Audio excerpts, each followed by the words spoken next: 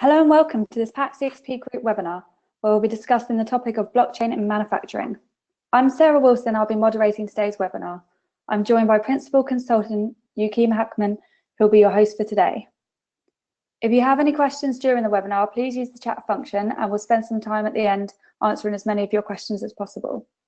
So without further ado, I'll pass you to Joachim to start the webinar. Thank you very much, Sarah, for the introduction. And as Sarah already mentioned, my name is Joachim Hackmann. I'm a principal consulting at PAC, focusing on digital and IoT and the verticals financial and banking, and as for more than 2 years on blockchain as well. As we have only say 30 minutes left, I'd like to start immediately with the presentation. And on this slide, you see the agenda for today's webinar.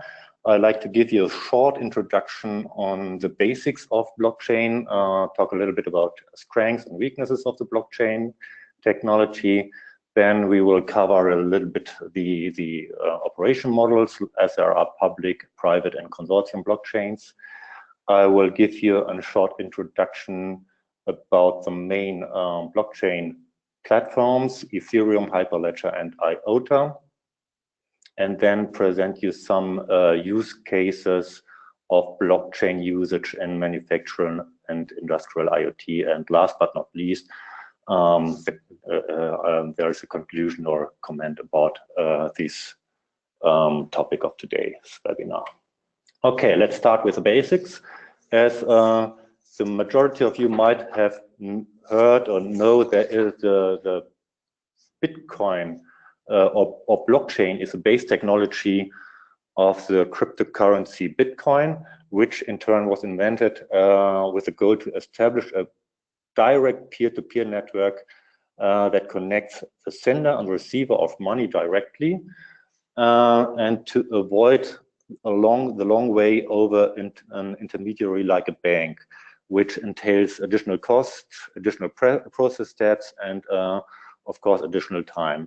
The direct way in turn has to meet a lot of basic technologies and mechanisms that are needed to secure the money transfer from the sender to the receiver.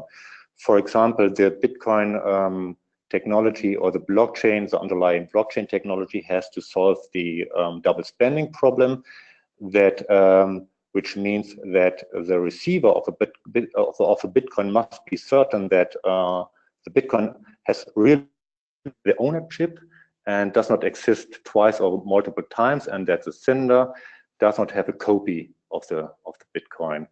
Of course, security and transparency are very important of this whole systems, and furthermore, the anonymity must be guaranteed in the same manner like cash transaction,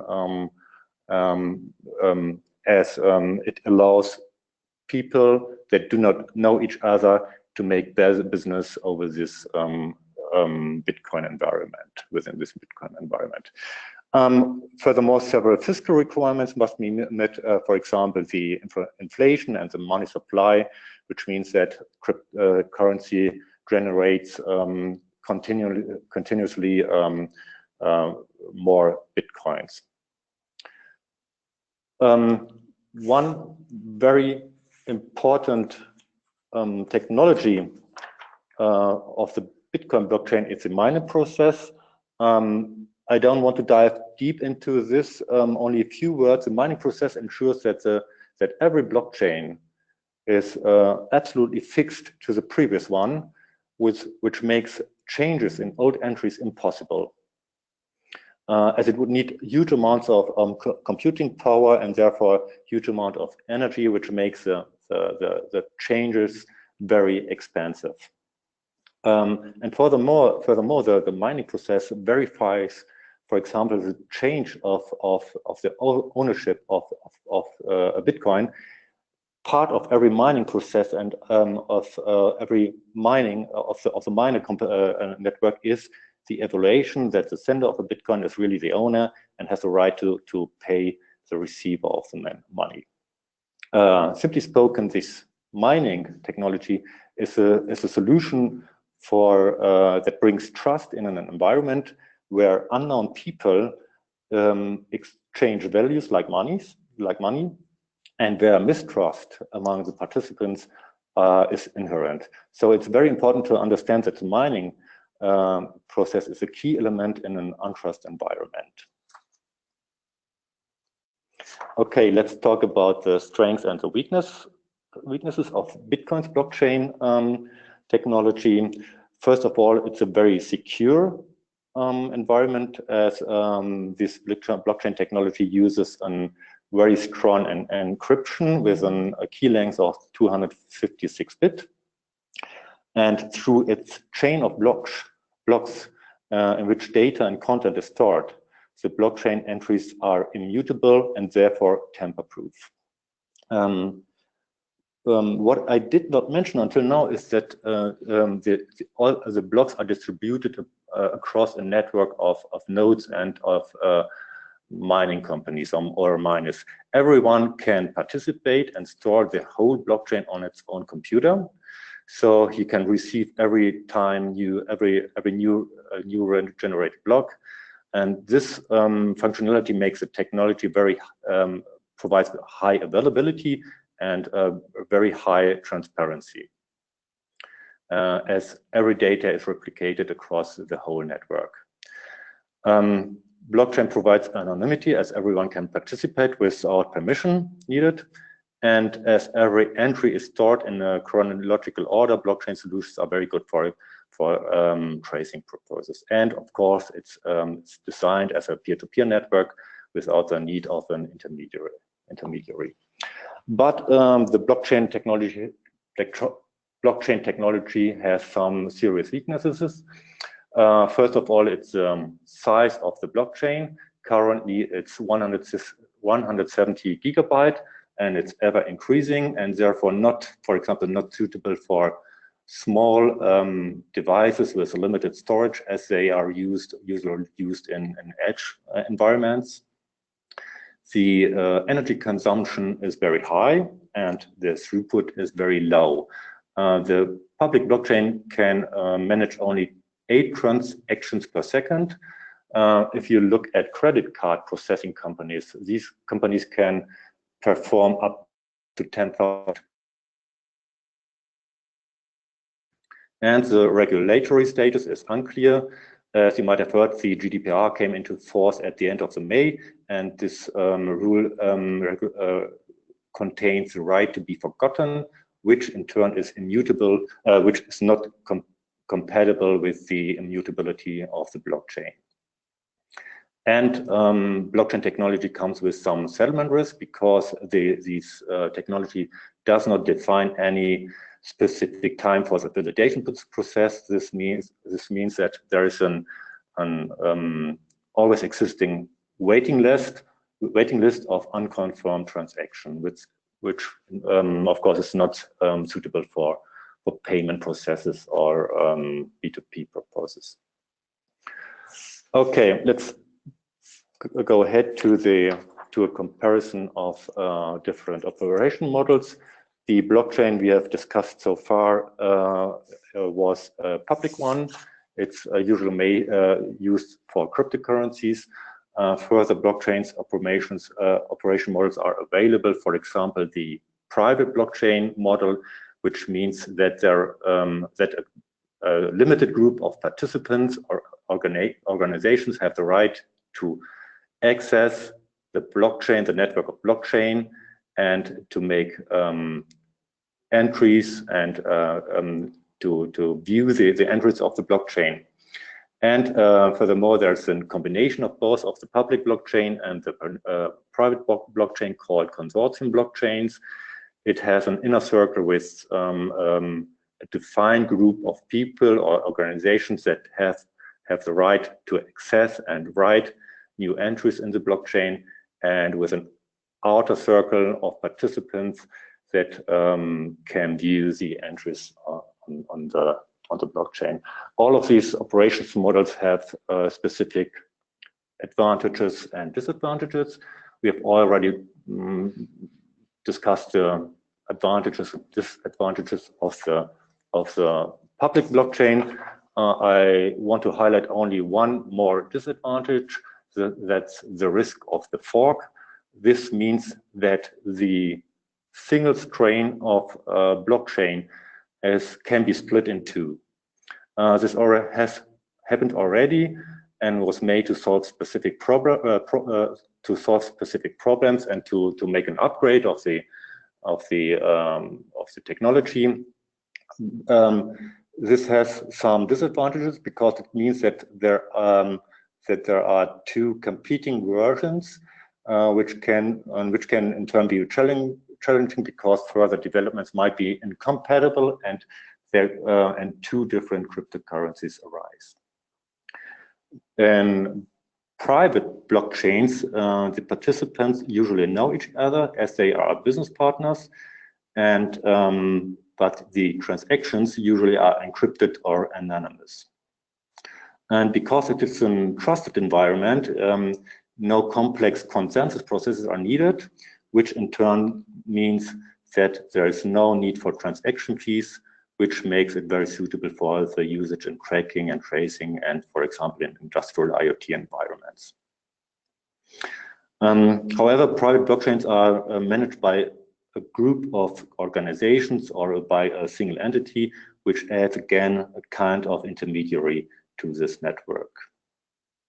As I already mentioned, the consortium blockchain is a mix or a combination of public and private blockchains. It's very flexible and very variable because users can or organizations can pick and choose from the features of the other operations models. Usually it comes without a complex consensus processes because its participants of the inner circles do know each other, and therefore it comes with no or low transaction fees. It is used, for example, by universities to store certificates of students or in banking, trading, and IoT environments. What all these operations models or all blockchains have in common is the ability to automatically synchronize distributed databases, which makes them very suitable for applications where distributed access to content is needed or to data is needed. Let's talk a little bit about the different blockchain platforms. As I mentioned before, there are three main platforms. The most important is, I think, is Ethereum. It's an open source project with a goal to establish a kind of blockchain operating system that works completely separated from Bitcoin. What's special about Ethereum is the fact that it has its own cryptocurrency called Ether, and that it is the largest cryptocurrency in terms of market capitalization after Bitcoin, which makes Ethereum very powerful. Ethereum was designed from the scratch to meet certain business capabilities, for example, the support of smart contracts and the support of decentralized autonomous organizations. Both are very helpful or crucial for automation purposes, as both run on the base of coded rules that trigger actions when specific events occur, for example, when specific thresholds values were reached. The main challenge with Ethereum is that it's a public permission blockchain, and it comes with all the aforementioned weaknesses. For example, proof of work, or complex mining processes and transaction fees. And one more weakness must be mentioned: Ethereum was already hard forked as a result of a hack of the DAO, or the distributed autonomous organization. When several million Ether were stolen, there was a risk that the hackers are able to cause an Ethereum collapse. So the majority of the Ethereum community decided a hard fork, which means that Ethereum was split into versions. On the Ethereum on the one hand side and Ethereum Classic. Nevertheless, Ethereum is already used in many blockchain projects in manufacturing. Some companies are using Ethereum source code to implement private versions of Ethereum. And noteworthy to mention is furthermore the Enterprise Ethereum Alliance, which was established to develop a common private Ethereum blockchain platform. And the alliance is backed by many large and important enterprises. The next important platform is undoubtedly Hyperledger. It's the most important alternative to public blockchains like Ethereum and Bitcoin. Hyperledger is an open source project too, in this case of the Linux Foundation. And Hyperledger is clearly addressing B2B demands and is backed by tech giants from user side as well as from service provider side. Currently, this Hyperledger project consists of 5 frameworks. Most noteworthy are the platforms Hyperledger Fabric, which is backed by IBM, and Sawtooth, Hyperledger Sawtooth, which is backed by Intel. And further projects focus on, for example, identity management, on cloud-based deployment, and on the alignment of smart contracts from Ethereum and Hyperledger to make them compatible.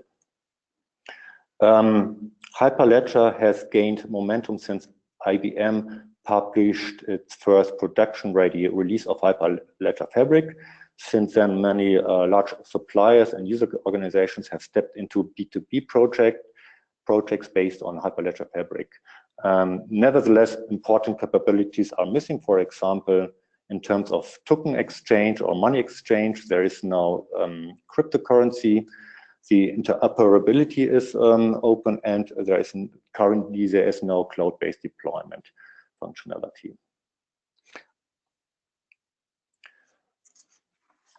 Okay, let's skip to the IOTA blockchain. It's the most unusual project of the blockchain platforms presented here. Strictly speaking, IOTA is not a blockchain implementation as it uses no chain blocks. Instead of that, IOTA has invented a so-called tangle ledger, which can be described as a network of transaction and can be visualized by directed acyclic graphs. It works in the way that every participant who initiates a transaction has to validate 2 other random transactions in turn. Through this consensus process, consensus process is distributed over across the whole IOTA network. The main reason behind this procedure is to save transaction fees, which is why IOTA claims to be best suited for end-to-end payments. However, it comes with some weaknesses. The consensus process works only in large networks, and a minimum number of participants is needed. Furthermore, the development of the technology is at an early stage. And last but not least, IOTA uses a unique technology, so few developers with appropriate skills are available. However, IOTA is backed by very large enterprises such as Deutsche Telekom, Microsoft, Sopra Steria and Bosch, and Fujitsu. This makes IOTA definitely very important distributed ledger technology, and everyone in manufacturing and industrial IT should watch the further development of IOTA.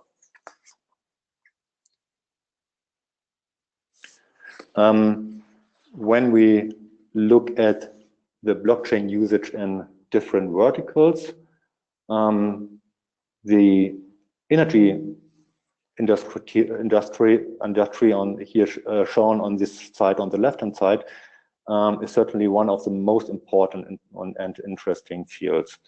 A very remarkable example comes from the Start2L or 3 Energy, which has developed a platform for local energy trading in conjunction with Siemens. The platform was first used by a network of solar panels in Brooklyn. The project integrates smart meters for tracking energy generation and consumption combined with smart contracts for payments processes, which combines the generation of power through renewables and the consumption of power in the connected households. LO3 has already announced 2 further projects in Germany. The Landau microgrid project, called LAMP, is a joint research project of the Karlsruhe Institute of Technology and local utility Energy Südwest, which includes 20 households. The second project was signed last October with the Allgäuer Überlandwerke and aims for a blockchain-based trading platform that links together again both consumer sides and producers on a local level. Furthermore, we see some interesting projects in manufacturing, here shown on the right-hand side. For example, Bosch uses blockchain technology to protect itself from unjustified warranty claims. The idea behind this is to take every component used in complex machineries from Bosch and tag them with a unique identifier and store the information in the blockchain. And when the machine is sold and operated in a user environment, and for example, a part has to be changed due to maintenance work, the changes at the physical machine, average changes at the physical machine is tracked into the blockchain. And in case of warranty claims, Bosch can check if only original parts from Bosch are used in these machines. And if not, the warranty is expired and Bosch can avoid a repair cost of these machines. Actually, this is kind of digital twin, as Bosch stores current status data of the machine of every machine in the blockchain. And it's very important to mention that Bosch is not the only company that is evaluating blockchain for the usage in digital twin environments. For example, the alliance of Group Renault, Microsoft, and Visio is following a similar approach, and for vehicles.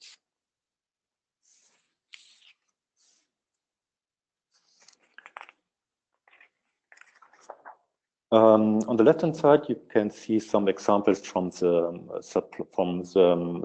supply chain area. I like to highlight only the example of the startup Provenance.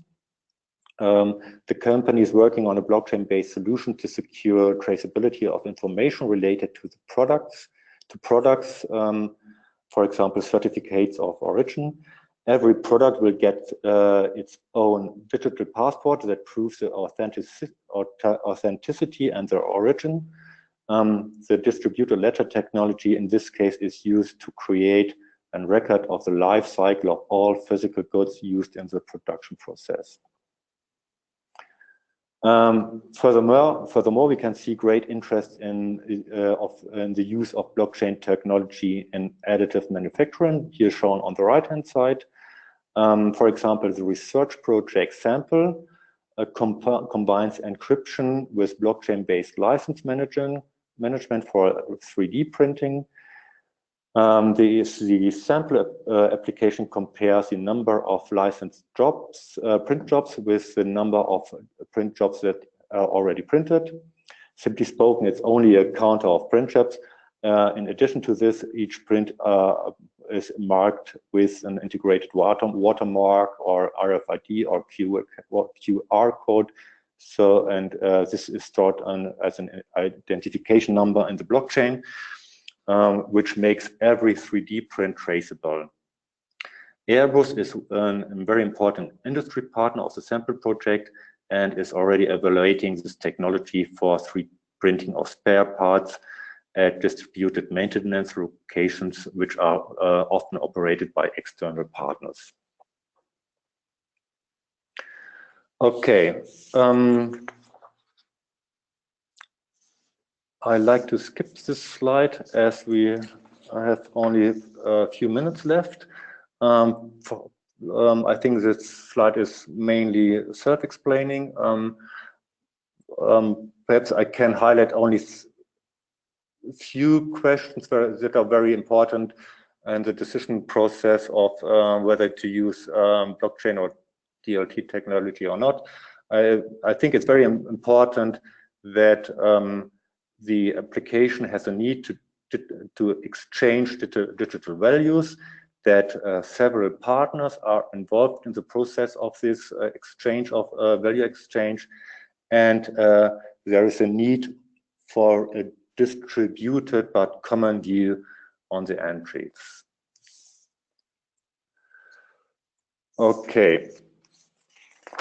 This is my last slide for today's webinar, and I like to highlight that you should focus on business usage because currently there's much hype around Bitcoin, the rise and the fall of the exchange rates, and much confusion around blockchain technology and the advantage and disadvantages of proof of concept and the energy consumption and so on.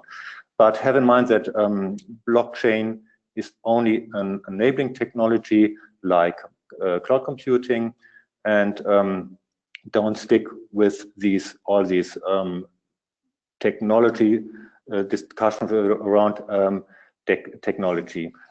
I think that the technological understanding and implementation is the job of technicians and engineers, and the creation of new business models and the evaluation of the blockchain potential is mainly the job of business manager and LOBs. Service providers have to support both LOBs with best practices and use cases, as well as IT departments with skills and the evaluation of technology and platforms. Regarding the platform race, my selection of 3 platforms already shows my personal view. I think Ethereum, Hyperledger, and IOTA are the most important one and most likely to win the race. But I think that we will not see winner takes it all result. Currently, in my opinion, Hyperledger leads the pack in terms of maturity, use cases, and user acceptance, mainly because the Hyperledger fabric is available already as in a production-ready version. Furthermore, I think it's very crucial for software and service provider to establish a network of skilled people and third-party companies in a kind of blockchain ecosystems, as blockchain is very complex in terms of technology and business adoption. And all in all, I think blockchain has a very large potential in manufacturing and IoT. If companies can manage to transform the capabilities of the blockchain or distributed ledger technology into a solution that streamlines and automates the business process. Okay, that was it from my side. I hope you have enjoyed the presentation, and feel free to drop a question. At this point, I'd like to hand over to Sarah again, I think, to open the Q&A session. Thank you, Joachim. So I think we have time to squeeze in maybe 1 or 2 questions. So the first question I've got from our audience is, many of the use cases you mentioned in your presentation can be implemented in a cloud-based environment too. What are the main advantages of blockchain technology compared to cloud computing? Yeah, as I mentioned before, it's very important to have in mind that blockchain is a distributed technology. So it's very important to have the need of distributed database, which is always synchronized across the whole network, and that every participant who is part of the network has the same view and the common view on the same data. that's the main advantage, I think, of blockchain technology. With cloud computing, you have one single point of storage, one single point of attack, one single point of companies which controls the cloud, the storage, the data. So of course, blockchain technology and cloud computing can be combined, but basically the blockchain technology is most suitable for cases where digital values have to be transferred across a huge network of related partners and yeah, business partners. I think that's the main difference. Cloud computing on the one hand side is very centralized. Blockchain on the other side is very distributed and especially created for the exchange of digital values. Yeah. Okay, thank you. I've just got one more question before we have to wrap up. Do you have market figures in general about blockchain market size? Not at the moment. It's not part of the CITSI program. It's blockchain market currently because a lot of blockchain projects are not public, and a lot of blockchain projects are currently in the yeah, let's say in a very early stage and in POC, especially in manufacturing and industrial IoT. Only few projects are already up and running in an operation model. It looks a little bit different in other verticals like banking, where already a couple of blockchain-based services are up and running, and in insurance as well. But in general, what we can say is that especially in large enterprises have already established specialized blockchain teams. Some have already reached the size of double-digit numbers in terms of FTEs, and but in general, now currently we do not have market figures as part of the CITSI program, but we are working on this. Okay, thank you, Joachim, and thanks to all of you for listening today. That's all we have time for, but there will be a recording available in the next 24 hours, and you'll receive an email with information on how you can access that. If you do have any questions in the meantime, please do get in touch with either myself or Joachim directly. Thank you. Thank you very much.